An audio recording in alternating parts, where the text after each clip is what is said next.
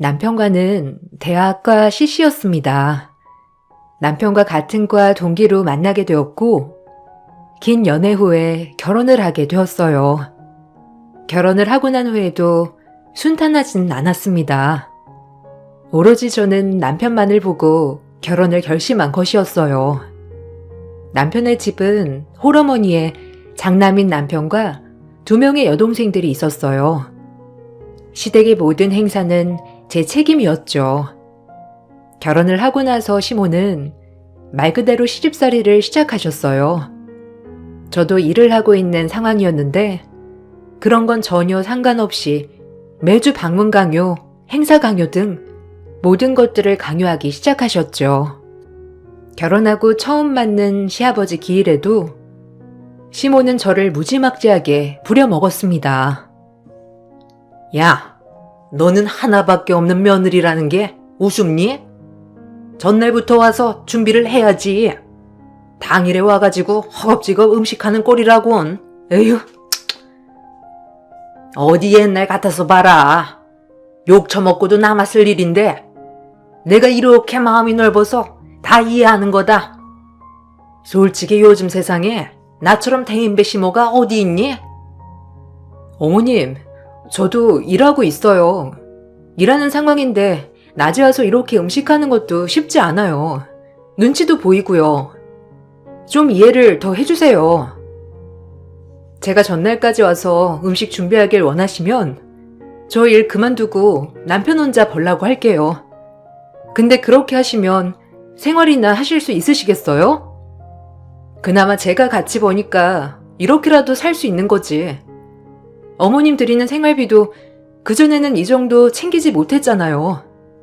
저랑 결혼하고 나서 그 정도로 맞춰서 챙겨드리는 건데 줄어들어도 괜찮으시겠어요? 참나? 돈 번다고 유세니? 나는 혼자서 애새 다 키웠어. 남편 벌이가 많지 않으면 옆에서 기죽지 않게 기 살려줘야지. 너는 너무 드세다 드세. 네가 너무 드시니까 우리 아들이 기도 못 펴고 벌이도 안 느는 거 아니니? 너같이 드센 애는 우리 아들 아니었으면 데리고 갈 사람도 없었을 거야. 아니 어머님, 무슨 말씀을 그렇게 하세요? 어머니, 저니까 남편 데리고 사는 거죠.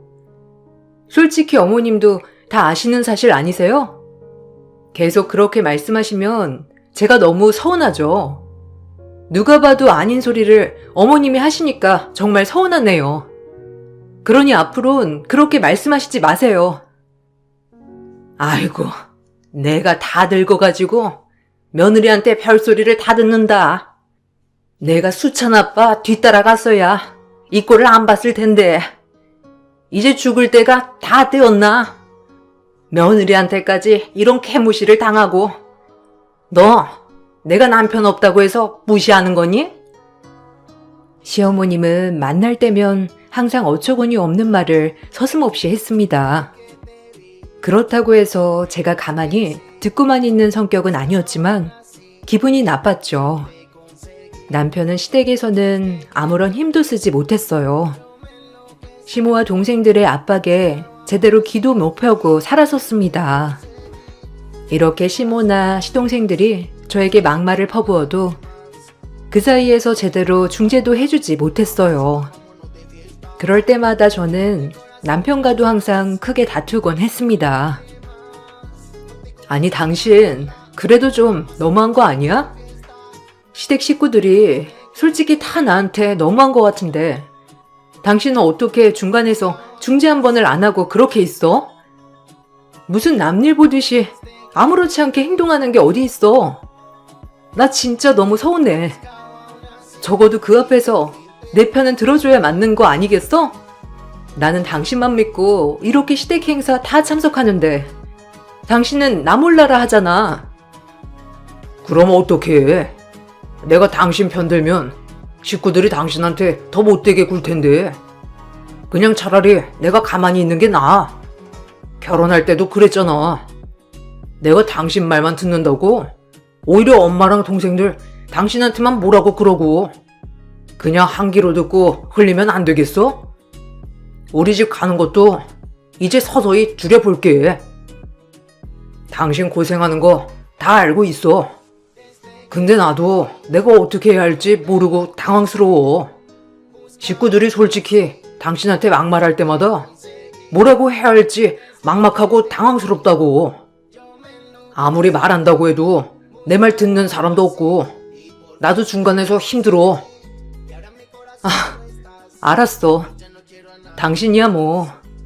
전부터 그랬으니까 내가 뭐라고 하겠니?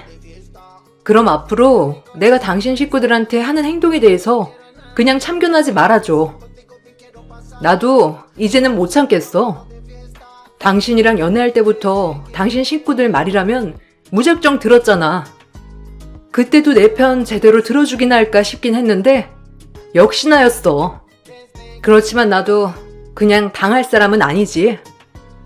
내가 알아서 할 테니까 당신은 그럼 가만히 있기만이라도 해. 알았어. 앞으로 당신이 어떻게 하든 내가 당신한테 뭐라고 할 일은 없을 거야. 차라리 내가 나서는 것보다 당신이 나서는 게 더 나을 수도 있을 것 같기도 하고. 당신한텐 참 미안해. 내가 어떻게든 우리 식구들 안 보게 해볼게. 남편은 호언장담을 했지만 사실 저는 기대하지 않았어요. 남편은 어릴 적부터 시댁 식구들에게 엄청 시달리면서 살았습니다. 특히나 시모는 남편을 무슨 1분 대기조로 생각을 하곤 했어요. 무슨 일만 생기면 남편에게 전화해서 바로 집으로 달려오라는 말을 하기도 하셨죠. 그런 시모의 말을 거역할 수조차 없었던 사람이 남편이었습니다. 동생들 역시 남편을 돈줄로 생각을 했어요.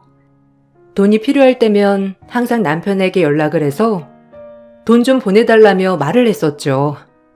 남편은 대학 다닐 때부터 학교 끝나면 아르바이트를 하느라 바빴습니다. 거의 잠잘 시간 빼고는 일을 하고 있었다고 볼 수 있었어요. 그렇게 미친 듯이 번 돈도 결국 대부분 시댁 식구들의 손으로 들어갔습니다. 저는 이런 상황을 다 알고 있었어요. 그럼에도 불구하고 남편과 결혼을 결심하게 된 이유는 남편 자체만으로는 정말 좋은 사람이었기 때문이었어요. 남편에게 좋은 방패막이 되어줄 수 있을 거라 생각했지만 시댁 식구들의 막말은 제한이 없었던 것이었죠. 날이 갈수록 시댁 식구들의 막장 태도는 더욱 심해지기도 했습니다. 결혼을 하고 나서는 남편에게 요구하던 것들을 그대로 제가 해주길 원했어요. 특히나 신우들은 매달 연락이 와서 용돈 좀 제대로 챙겨달라는 말을 뻔뻔하게 하기도 했습니다. 그럴 때마다 기가 막혔던 건 저뿐이었어요. 언니, 이번 달에 저 용돈 좀 올려주면 안 돼요? 요새 쓸 것도 많고 사고 싶은 것도 있어서 지금 받는 걸로는 너무 모자라요. 오빠한테 말하니까 이제는 언니가 오빠 월급 관리한다면서요? 오빠가 예전부터 저한테 챙겨줬던 거라서 솔직히 갑자기 끊는 건 아닌 것 같고 매달 보내주던 용돈에서 조금 더 얹어서 보내줘요. 이건 결혼 전부터 해왔던 거니까 언니가 거절할 건 아닌 건 아시죠? 아가씨 이제 몇 살이죠? 이제 28살 아니에요? 지금쯤이면 대학도 졸업하고 취업을 해야 할 때 아니에요? 그런데 취업도 준비 하나 안 하고 그렇다고 공부를 하는 것도 아니고 아르바이트 하면서 생활비 버는데 부족해서 부탁하는 것도 아니잖아요. 그렇게 매일 집에만 있을 거예요? 아무리 그래도 자기 앞길은 자기가 챙겨야 하는 거 아니에요? 솔직히 공부하려고 돈이 필요한 거면 그 정도는 얼마든지 지원해 줄 수 있어요. 근데 그거 아니잖아요. 아가씨는 공부하려고 돈이 필요한 것도 아니잖아요. 취업을 하세요. 취업을 준비하는 거 아니라면 더더욱 필요 없을 것 같네요. 아니, 언니가 뭔데 오빠가 주는 용돈을 마음대로 막아요? 이건 언니가 아니라 저희 오빠가 주는 거예요. 다른 것도 아니고 동생을 위해서 챙겨주는 용돈 같은 거라고요. 그런데 왜 언니가 여기에 관여를 해요? 솔직히 웃긴 거 아니에요? 오빠가 매달 고생해서 버는 돈을 왜 언니가 관리를 해요? 오빠한테 주고 알아서 쓰게 해야지. 언니 혹시 우리 오빠가 번 돈 친정에 빼돌리는 거 아니에요? 아가씨, 영화를 많이 보신 것 같은데 저희 집은 다 일을 하고 있어요. 아가씨랑 동갑인 제 동생도 지금 취업해서 오히려 부모님 생활비를 드리고 있어요. 저도 못 드리고 있는 생활비를 우리 동생이 주고 있다고요. 저는 여기 시댁 챙기느라 바쁜데요. 그리고 아가씨 오빠 월급이 얼마인 줄이나 알고 그러세요? 시댁에 들어가는 돈도 다 못 벌고 있는데 제 돈에서 그거 채우고 있어요. 알고나 하는 소리냐고요. 오빠 돈 따로 관리한다고 하면 저도 충분히 그거 알아서 관리하라 할 수 있어요. 근데 그렇게 하면 시댁에 들어가는 돈이 줄어들 텐데 괜찮겠어요?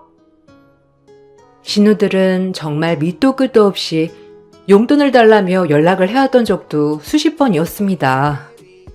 그렇지만 남편은 그런 것들을 쳐내지 못했고 결국 남편의 월급은 제가 관리를 하게 되었어요.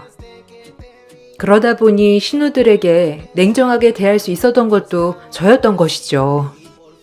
저의 냉정한 태도에 신우들은 정신을 차린 듯 했어요. 울며 겨자 먹기로 취업을 했다며 전해왔고 그렇게 알아서 잘 사는 줄로만 알았어요. 한동안 조용했던 시댁에 갑자기 난리가 난 것은 얼마 지나지 않아서였습니다. 신우들이 집을 나가버렸다는 소리와 함께 남편은 저에게 울며 불며 하소연을 하기 시작했죠. 무슨 일인지 알아봤더니 신우들이 일을 다닌다던 곳은 회사가 아닌 대출을 받아 자신들의 가게를 열었던 것이었어요. 근데 6개월도 되지 않아 망했던 거죠. 사업을 하면서 당길 수 있는 대출이란 대출은 다 남긴 상태였고 거기다가 카드론이며 개인 사채까지 모두 다 끌어다가 쓰고 있던 통에 결국 해결하지 못해 잠적을 한 상태였던 것입니다. 더욱 기가 막힌 것은 그 중에서 남편이 대출을 받아 빌려줬던 돈도 있었다는 것이었어요. 정말 미안해. 내가 입이 10개라도 당신한텐 할 말이 없어. 나도 동생들이 이렇게까지 할 거라곤 상상도 못했어. 사실 처음에 어렵다고 하면서 도움 요청했을 때는 대출 안 받아주려고 했었는데 동생들이 하도 마지막이라면서 사정사정해서 나도 어쩔 수가 없었어. 사업 정리하고 나서는 바로 갚아야 하는 돈이라고 하길래 급하다고 해서 빌려줬는데 이렇게 잠수를 탈 줄이야 상상도 못했다. 내가 어떻게든 동생들 찾아서 얼른 이 사태 해결하라고 할 테니까 너무 걱정하지 마. 아니, 어떻게 해결을 할 건데? 작심하고 도망친 사람들을 도대체 어떻게 찾을 거냐고. 거기다가 다시 돌아온다고 하더라도 걔네가 정신 차려서 갚을 거라고 그렇게 생각을 하는 거야? 나는 솔직히 걔네 정신 하나도 못 차릴 거고 돈 갚지도 않을 거라 생각해. 내가 이럴 거라는 거 알고서 당신 월급도 내가 관리를 한다고 얘기를 했던 거였는데 어떻게 나 몰래 대출을 받아서 줄 수가 있어? 진짜 어이가 없다. 이걸 도대체 어떻게 해결을 할 거야? 일단 당신 당장 갚아야 할 돈이 얼마야? 그거라도 막아야 하는 거 아니야? 당장 갚아야 할 돈은 3천이야. 그리고 동생들 빌려준 건 5천 정도 더 있고 내가 어떻게든 투잡 뛰어서라도 갚을 테니까 당신은 신경 쓰지 마. 나 당신 돈 한 푼도 쓰고 싶지 않아. 우리 집 일은 내가 알아서 해결을 할게. 그러니까 나 도와주지도 말고 우리 가족들도 도와주지 마. 그냥 누가 도와달라 말해도 그냥 모른 척하고 있어. 어떻게 모른 척을 해? 신우들한테 있는 채무는 내가 갚아줄 수 없어. 그런데 당신한테 있는 빚은 어쨌든 내가 갚아줄 수 있고 갚아줄게. 그래도 당신은 내 사람인데 어떻게 모르는 척을 할 수가 있어? 당신 힘들게 손 놓고 있을 순 없어. 당신이 투잡 뛴다고 해도 솔직히 언제 다 갚을 수 있을지 그것도 모르는 거고 언제가 될지도 모르는 걸 어떻게 하려고. 그냥 내가 일단 급한 건 갚아볼게. 그런데 이번에는 이렇게 도와주지만 다신 시댁에 도움 안 줬으면 좋겠어. 앞으로는 그러겠다고 약속해줘. 또다시 시댁에 도움 주면 그때는 당신이랑 더 이상 살 수 없을 것 같아. 알았어. 나도 내가 왜 그랬는지 모르겠다. 동생들 하는 뻔한 레퍼토리 그냥 넘어가 준 게 미쳤던 것 같아. 시댁이랑은 이제 영 끊고 살게. 정말 너무 미안하고 고마워. 당신 아니었으면 사실 나는 진작에 이 세상에 없었을 거야. 그렇게 저는 남편과의 약속을 하고 나서 남편의 채무를 모두 청산했습니다. 며칠 뒤에 신우들이 집으로 돌아왔다는 소식이 들려왔어요. 아무래도 돈이 없기 때문에 더 이상 도망갈 곳이 없었던 것이죠. 결국 동생들은 파산 신청을 했습니다. 그 와중에도 저에게 누구 하나 미안해하거나 고맙다는 사람들이 한 명이 없어서 참 씁쓸했네요. 그래도 이후에는 시댁 식구들과 만날 일이 없다고 생각을 했기 때문에 그냥 넘어가게 되었어요. 남편과는 서로 정말 잘 지냈습니다. 연애할 때도 큰 다툼 없이 잘 사귀었고 시댁만 아니라면 전혀 다툴 일이 없었죠.